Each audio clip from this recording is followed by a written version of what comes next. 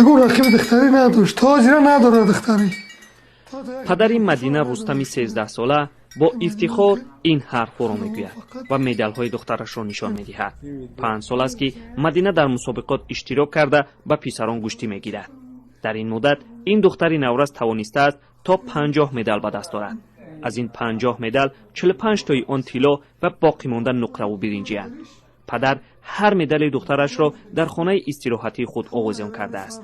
سال 2017 بود رئیس نویا در باغ مرکزی نویا مسابقه گوشتین داد، بخشیده به روز غلبه. 70 سالگی غلبه بود. مدینه در اونجا 11 بچه کزر خیلی افتخار اومد رئیس دادشه. خیلی مکافات قیمت شد. مدینه در دهه کدوچی نوحیه واسه زندگی میکند. در خانه فرزند پنجم رستم قربانوف است.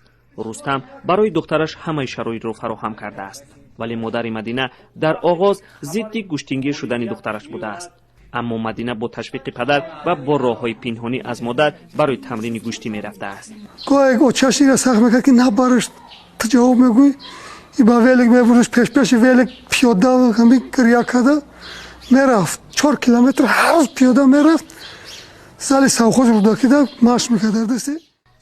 اکنون مدینه روز از روز محبوب تر می شود. یک روز پیش هم جمشید شریف زاده رئیس واسه با مدینه واخوری تشکیل کرده است. حالا در دهه مدینه تالاری ورزشی نیست. رئیس با مدینه وعده داده است که برایش یک تالاری ورزشی می سازند.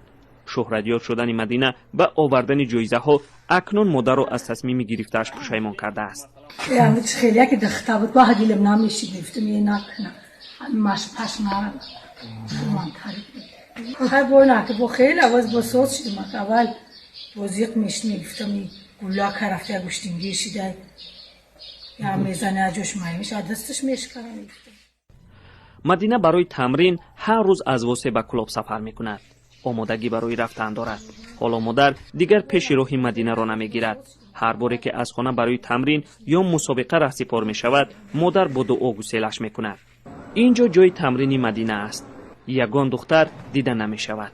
همه رقیبان مدینه پسرانند، خواه در تالار ورزشی خواه در میدان. وقتی که من به این ورزش مشغول شدم دیگر برای من پسر این خیلی اهمیت نداشت. فقط فکر من برای مشق کردن.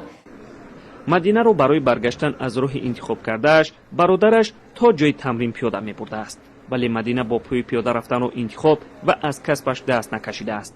با گفته مدینه همین مشقت ها او را موفق کرد. خیلی مانعات زیاد بود که من اولا مادرم میباشد که مادرم به من اونقدر اجازه نمیداد. میگفت که نرو. ما به همه این مانعات به همه این حالت ها ما صبر کردم تا آخر اومدم. اکنون مدینه پیش خود مقصد گذاشته است در بازی‌های المپی شرکت کند. او با این نیت دیگر از راه انتخاب کردهش بازگشتنی نیست. مدینه یک برادر و 4 خواهر دیگر دارد. غالبیت‌های مدینه برادرش را مجبور کرد ترک ورزش کند. خواهرش می‌خواهد پیروی مدینه باشد، اما نه مادر. ولی مدینه اصرار دارد که خواهرش را نیز ورزشگر می‌کند. محمود جان رحمتزاده، آزادی، واسه